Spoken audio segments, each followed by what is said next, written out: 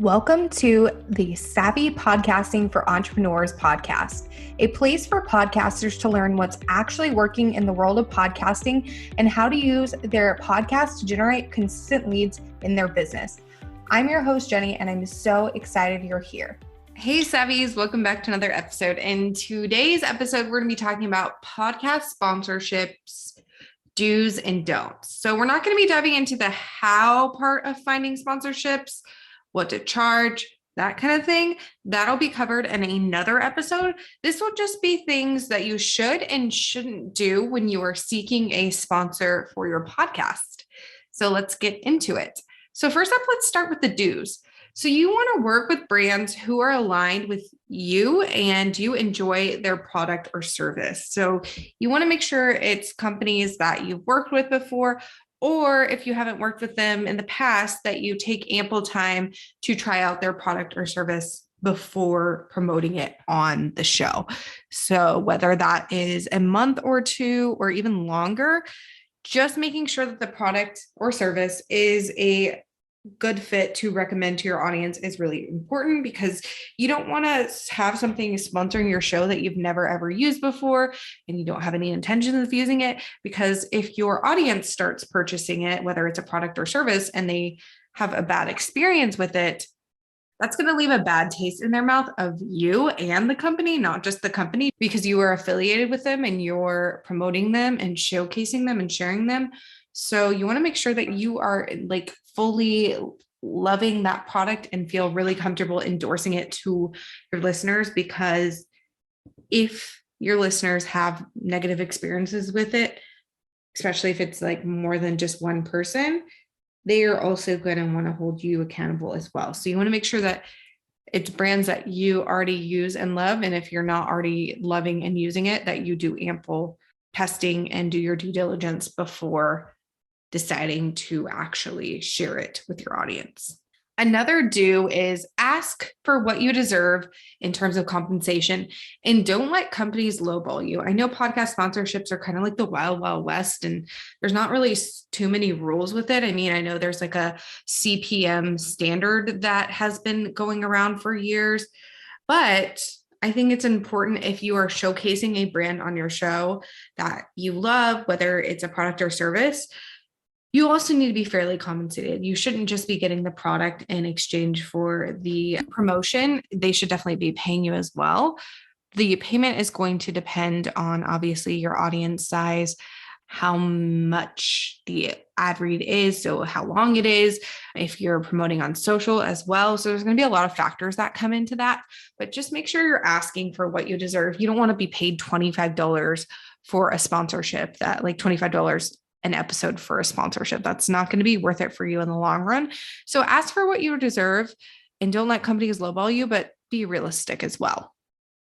Next up, you want to be creative with your ad reading. So within reason, I know companies give you a specific guidelines on what they want you to include. Typically, some give free rein, but usually there's at least some things that they want you to include, like certain things about the product.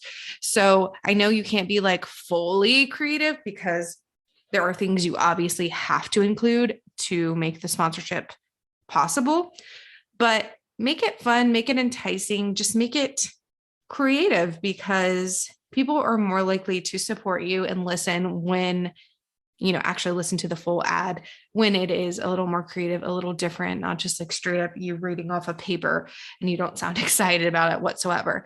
So be creative with your ad reading as much as you can. Like I said, I know there are certain things that you need to probably say about the product or service during the ad reading, but make it your own, make it unique to you. And then our last do here is to seek out sponsors on your own if you already have decent downloads, because there are, you're going to get better opportunities when you are doing your own outreach typically, because they don't have like the preconceived notions of how much it's going to cost them. And they're just a little more flexible. I feel like if you find them on like websites like Podcorn, which I'm going to talk a little bit more in my don't section, if you find them on websites like that, they already, are catering to a lot of people. They're working with a lot of people. So, and people are accepting their rates no matter what they are, even if they're not like super decently paying. So it makes sense to seek out your own sponsors instead of going through those websites if your downloads are like really good. So just keep that in mind. So now let's dive into the don't section. So our first don't is don't accept a sponsorship opportunity without trying the product or service first, which I already talked about. But I think that's just really important to keep in mind. You want to make sure that you use every product and service sponsorship that you promote on your show first. That just keeps you in integrity with your brand. It keeps, it just makes the most sense. I've seen people who promote things on their show or in general that they've never used before. And you can just tell it's harder to do those ad reads if you've never tried the product and you don't have like authentic, genuine things to say about it because you don't know anything about it other than what you're reading off the paper. So that's just something to keep in mind. Another thing you don't want to do is take on a sponsor just because they pay well.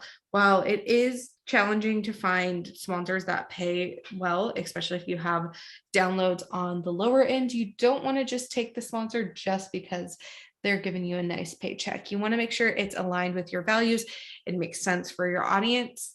And yeah, you could have any kind of sponsor on your show, but if it doesn't make sense for your audience, it's not going to be beneficial to you. It's not going to be beneficial to your audience, and it's not going to be beneficial to the sponsor. So just keep that in mind when you are bringing on sponsors. Make sure it is 100% aligned with your audience and you, because that is going to yield everyone the best results. And then lastly, I talked about this one a little bit earlier, but don't rely on sponsorship websites like Podcorn because they usually pay pennies, even if you have great downloads, just because they can.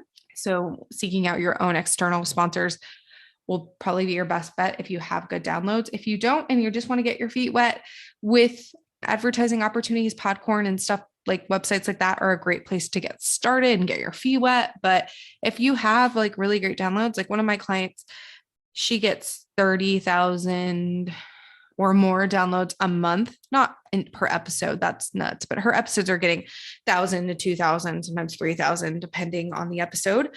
So she can command more money because she's getting more visibility for her sponsors. And I know for a fact she doesn't use websites like Podcorn. So if you get really great downloads, you want to seek out external sponsorships that aren't going to be on those websites because it's going to give you more bang for your buck that way. So I would love to know, do you have sponsors on your podcast already? If so, how did you find them? Did they seek you out? Did you find them on a podcast advertising website?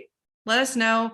Head over to Podcasting for Entrepreneurs and let's chat about it, because I love talking about sponsorships. Because even though I teach sponsorships in a different way and more so self-hosted ads than I do like using like actual ad sponsors to monetize your show, I'm always interested in what other people are doing in the show. So I hope you enjoyed today's episode. If you want to check out the show notes for this episode, you can go to savvypodcastingforentrepreneurs.com, and I'll see you in the next episode. If you enjoyed this episode, make sure to subscribe to the podcast on your favorite podcast player like Apple Podcasts, Spotify, or Stitcher, and leave a review.